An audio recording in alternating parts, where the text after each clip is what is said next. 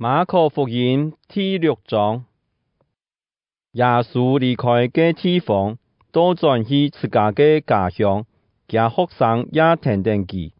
到安息日，佢在會堂教訓人。當多人聽到佢嘅話，就很奇怪，講：這三人對哪位得到這個本事呢？萬人本佢這個智慧呢？冇想到佢還會行神蹟哦！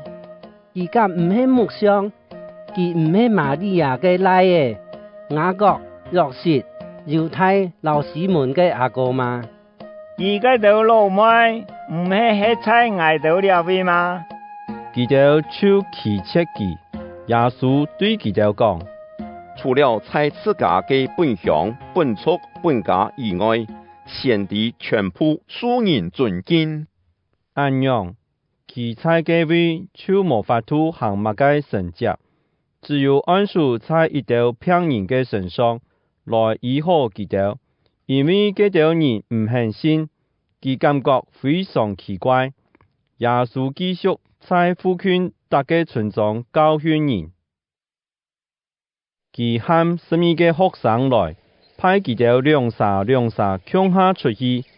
佢使佢哋腳下令嘅權柄，又吩咐佢哋講：出外嘅事，除了一支拐棍呢，唔好帶乜嘅東西，唔好帶食物落旅行袋，3腿肚也唔好帶錢，愛作鞋，仲係唔好加帶一兩內衫。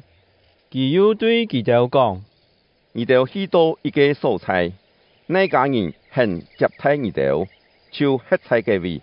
直到你哋離開嘅所在，無論到乜嘅所在，那係幾位嘅人唔接待你哋，也唔聽你哋嘅話，你哋就離開嘅所在，也會將各項嘅奶粉等貼來表示對佢哋嘅警告。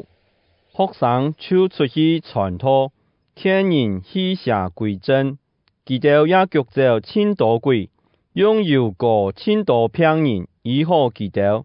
關係耶穌嘅一切事，希律王全部有聽到，因為耶穌嘅名聲已經傳到各所在。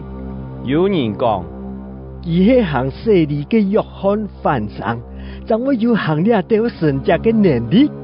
有人講：佢係以利亞。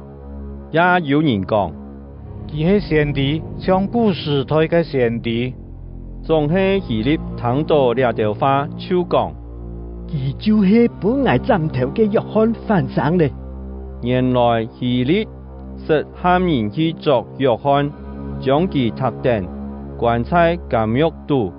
希律做這個事，係愛本希羅地歡喜。希羅地係希律嘅兄弟，腓力嘅伴娘。總係本佢將來做伴娘。約翰再三責備希律講：你將兄弟嘅伴娘係違法嘅。因為按樣希羅地心中怨恨佢，想愛害死佢，總係無機會。因為希律知約翰係真實聖潔嘅人，所以就堅從保護佢。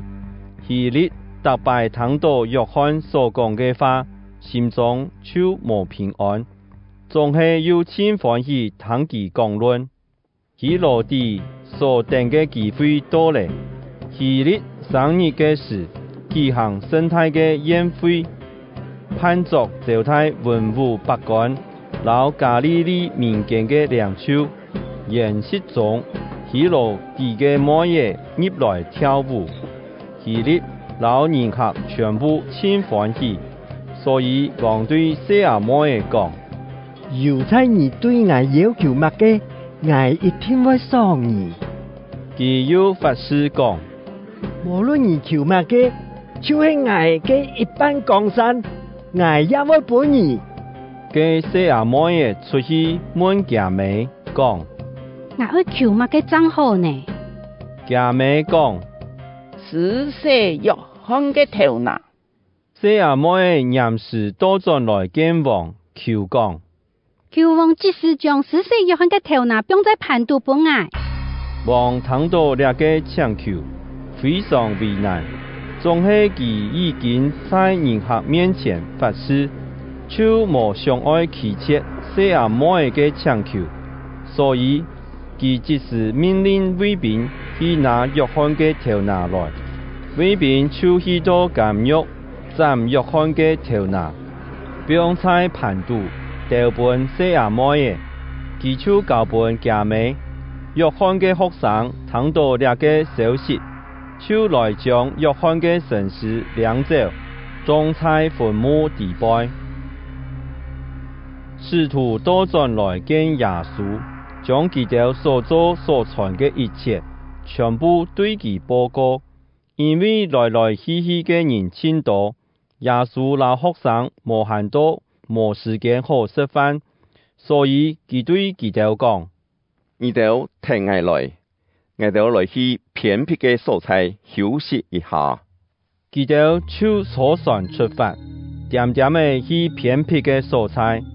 總係有千多人看到佢哋離開，暫時認到係佢哋，眾人就對大家上出來，將將比賽趕去，比耶穌老學生先到嘅所在。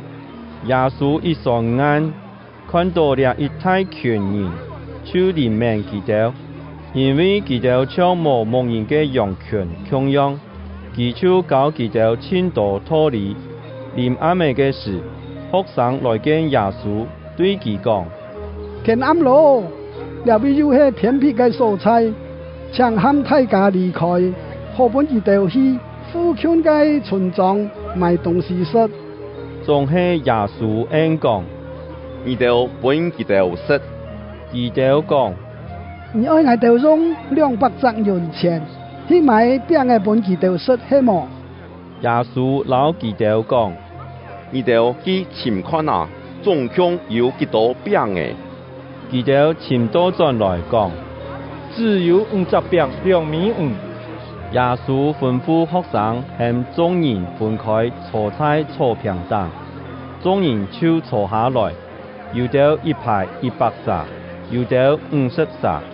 耶穌將50餅撈2米5拿起來，我頭望天，感謝上帝，然後掰開餅的交給學生，學生就分眾人，像一樣，佢也將2米5的分大家，大家全部食到飽。學生將所存嘅餅碎嘅、撈5碎嘅攬起來，裝滿12隻籃嘅。食餅嘅男人共有5000撒。事後，耶穌臨時隨家學生上船，先去對面嘅伯賽大，等佢向眾人轉去，離開大家後，佢就上山去祈禱。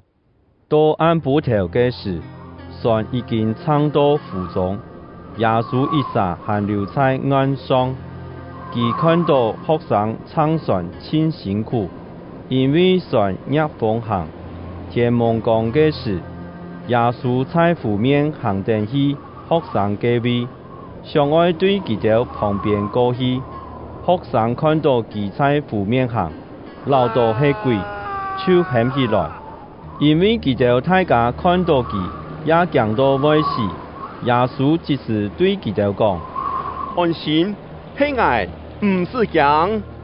佢上去同佢哋向下坐船，風就停下來。學生嚇到戇戇，因為佢哋無了解本餅這件事嘅意思，佢哋嘅頭腦清吞。佢哋過了湖，在嘅尼撒勒靠岸，將船踏好。佢哋一下船，眾人就認出耶穌。眾人行遍嘅所在，聽到耶穌在那位，佢哋就將病人用草冊扛到佢面前來。無論耶穌去到鄉下、山都，也是村莊，眾人就將病人放在街路，求耶穌准病人但將命佢嘅生命。所有命到嘅人全部得到醫好。